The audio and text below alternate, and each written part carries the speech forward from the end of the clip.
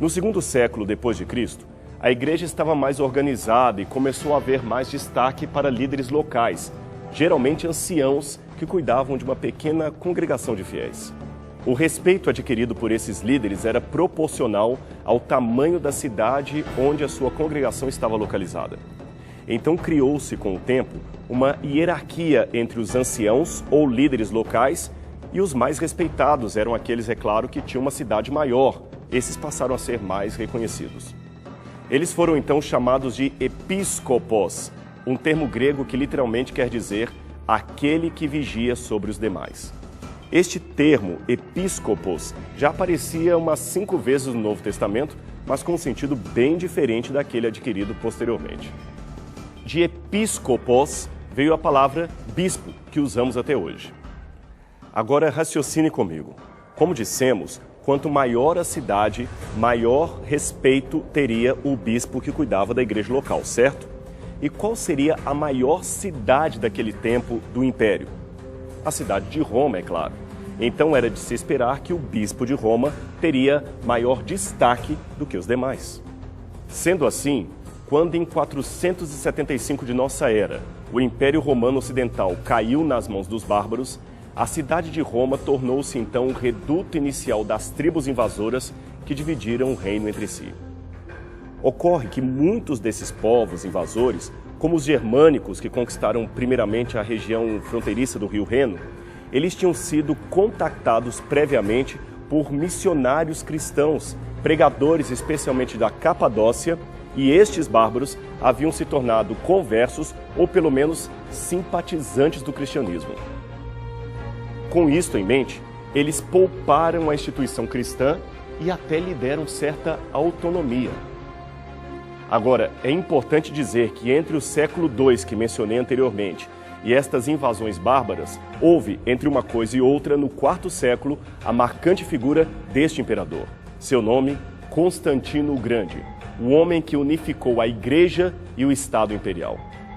Como parte de uma grandiosa estratégia política, Constantino parou de perseguir os cristãos, deu salário para os bispos da igreja, financiou a construção de basílicas e, pretensamente, afirmou ter se convertido a Cristo.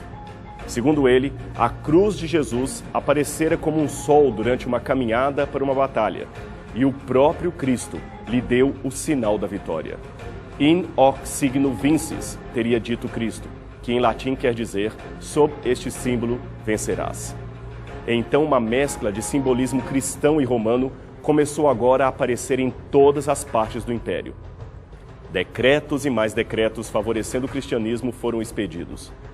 A igreja agora já não era apenas católica, isto é, universal. Ela passara a ser católica, apostólica, romana. E o bispo de Roma era o que mais ganhava com esta situação. Ele, aliás, não tardou em pleitear e conseguir mais e mais destaque sobre os demais bispos da igreja.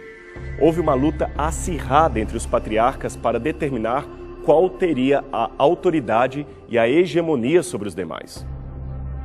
Vários fatores contribuíram para que tal posição ficasse com o bispo de Roma.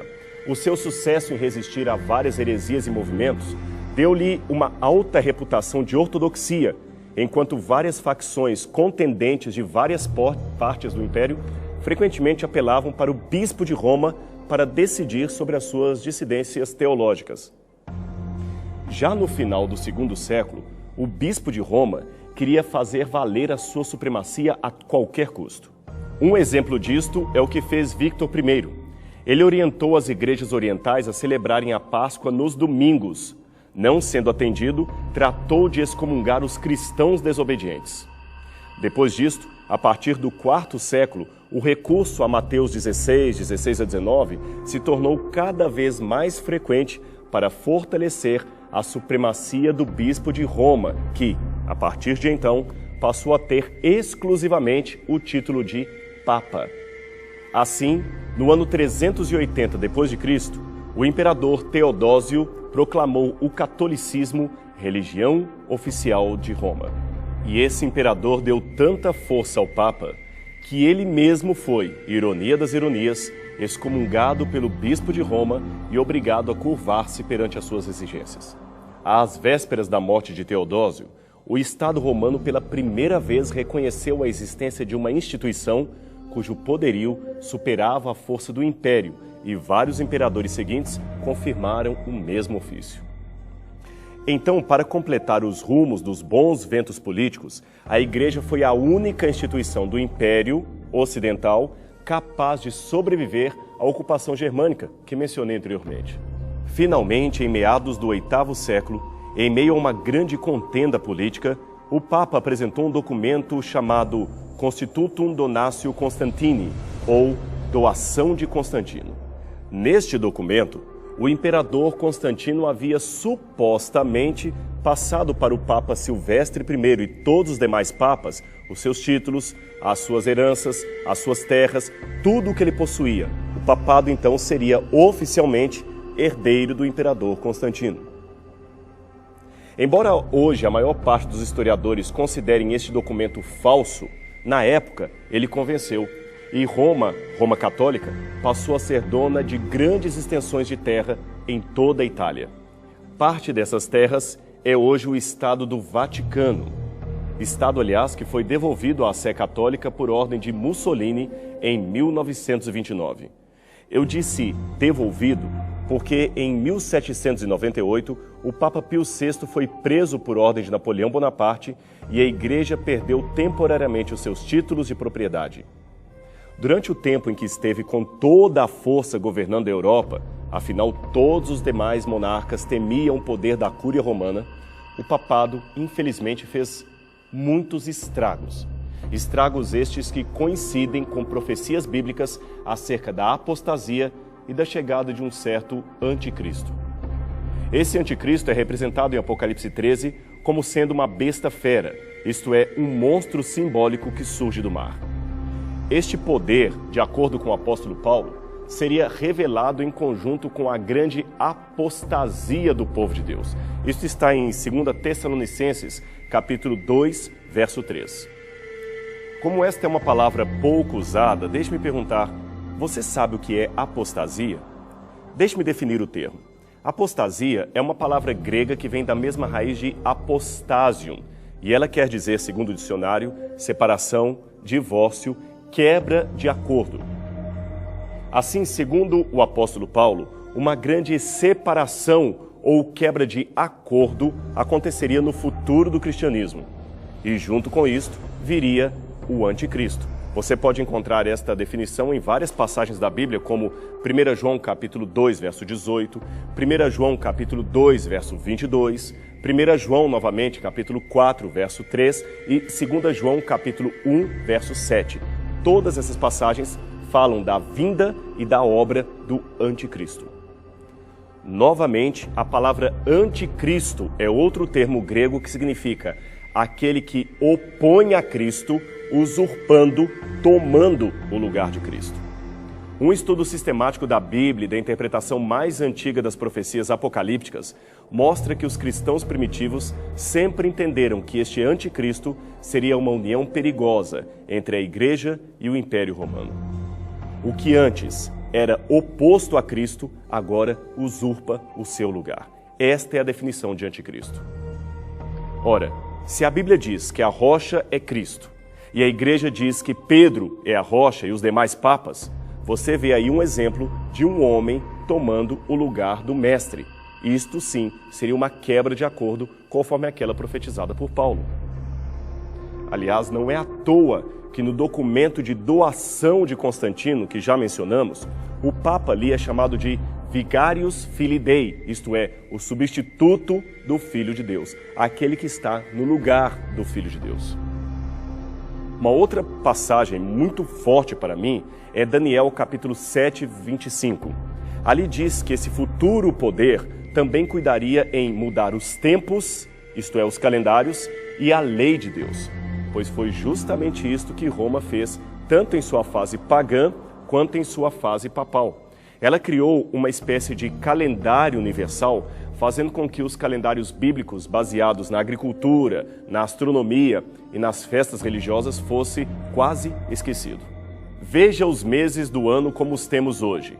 Eles são quase todos homenagens a imperadores romanos, como Júlio e Agosto, a Júlio César e Augusto, ou também a deuses romanos, como Marte, março, e Janus, janeiro. O mês de setembro, que lembra o número 7, passou nas mudanças romanas a ser o mês 9.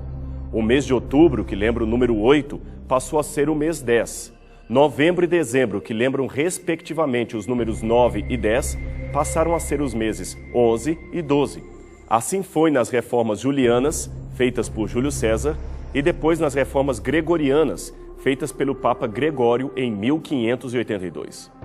A Páscoa, que no calendário bíblico era celebrada no dia 14 de Nissan, passou a ser fixada no domingo seguinte à lua cheia após o equinócio primaveril do hemisfério norte. Isto apenas para acomodar no mesmo calendário eclesiástico as festas religiosas católicas e as festas pagãs de Baco, o deus romano do vinho, festas estas que deram origem ao carnaval. O mitraísmo, uma religião importante com seu principal culto ao deus Sol, também chamado de Solis Invictus, entrou com força na igreja graças ao papado e mesclou a figura de Cristo com a de um deus pagão. Veja esse relevo do deus Sol extraído de antigas termas romanas. Agora, compare-o com esta imagem de Cristo encontrada numa igreja espanhola do século VII. Neste contexto, o Papa ainda assumiu para si o título anteriormente pertencente ao imperador e que era um título pagão de honra ao imperador como sacerdote do deus Mitras, o deus Sol.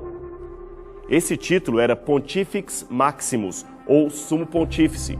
Significa o principal construtor de pontes entre os homens e o deus Sol. Curiosamente, o mesmo título hoje largamente usado pelo Papa, que também é chamado de Sumo Pontífice. Não é à toa que a Igreja justamente institui como dia de guarda, o dia de feriado cristão, o dia do Sol, dies solis, dia que, aliás, veio em lugar do sábado bíblico, e dia que foi também rebatizado com o nome de Dies Domini, ou Domenicus, que quer dizer domingo, ou dia do Senhor. Agora, na Bíblia, o dia do Senhor não é o domingo, e sim o sábado. O domingo foi colocado no lugar do dia de guarda prescrito na Bíblia.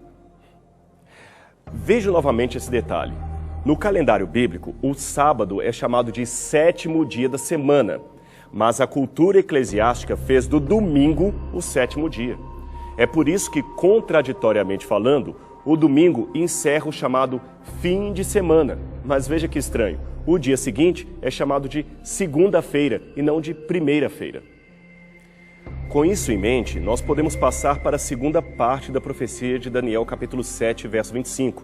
Afinal de contas, ali diz que esse poder não mudaria apenas os tempos, isto é, os calendários, mas também a lei, isto é, a lei de Deus.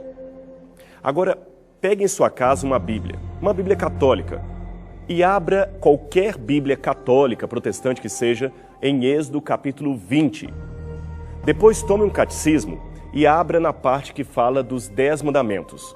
Uma vez feito isto, compare os dois textos, da Bíblia e do catecismo. Você se surpreenderá ao ver como a igreja mudou arbitrariamente os 10 mandamentos, isto é, a lei de Deus. Eu poderia ainda falar muito mais coisas sobre o Santo Ofício, as indulgências, a Inquisição, mas eu creio que já dei informações muito fortes para você. Portanto, aqui vão as minhas considerações finais e eu gostaria que você prestasse bastante atenção nelas. Primeiro, não pense que esses assuntos que nós exploramos têm por objetivo endemonizar a pessoa física daquele que é eleito para ocupar o trono papal. De jeito nenhum. Certamente houve papas sinceros, devotos a Deus e papas desonestos, assim como existem também pastores verdadeiros e charlatães usando o mesmo título de pastor. O ponto aqui não é atacar a imagem de uma pessoa, mas expor com fatos históricos, bíblicos e proféticos as discrepâncias teológicas do regime chamado regime papal. E nesse ponto, talvez você se surpreenda com o que eu vou dizer. Não confie prontamente no que eu estou dizendo. Isto mesmo. Essas informações que você recebeu foram dadas com o fim de que você investigue por si mesmo os fatos e conclua a respeito do que está por detrás do maior sistema eclesiástico do mundo, se ele é mesmo um sistema bíblico ou se está cumprindo o papel do anticristo predito na Bíblia. E com relação às pessoas que estão na Igreja Católica, deixe-me dizer que eu mesmo fui católico. E eu me ofendo profundamente quando um protestante ou evangélico sugere que eu só me converti quando abandonei o catolicismo. Isto simplesmente não procede. Preste atenção no que vou dizer para você. Eu era um católico muito bem convertido, tão convertido como hoje. O que os adventistas fizeram foi apenas dar-me a chance de conhecer verdades acerca do Deus que eu já amava e não sabia. E como eu, certamente há milhares, eu diria milhões de outros sinceros na Igreja Católica. A Igreja de Deus não pode se limitar aos contornos da minha própria religião, isto é, não são apenas os da minha religião que serão salvos. Antes, a Igreja de Deus é formada por sinceros de todos os credos e até por pessoas que não estão em credo algum. Eu tenho muitos amigos católicos cuja sinceridade espiritual eu jamais poderia negar.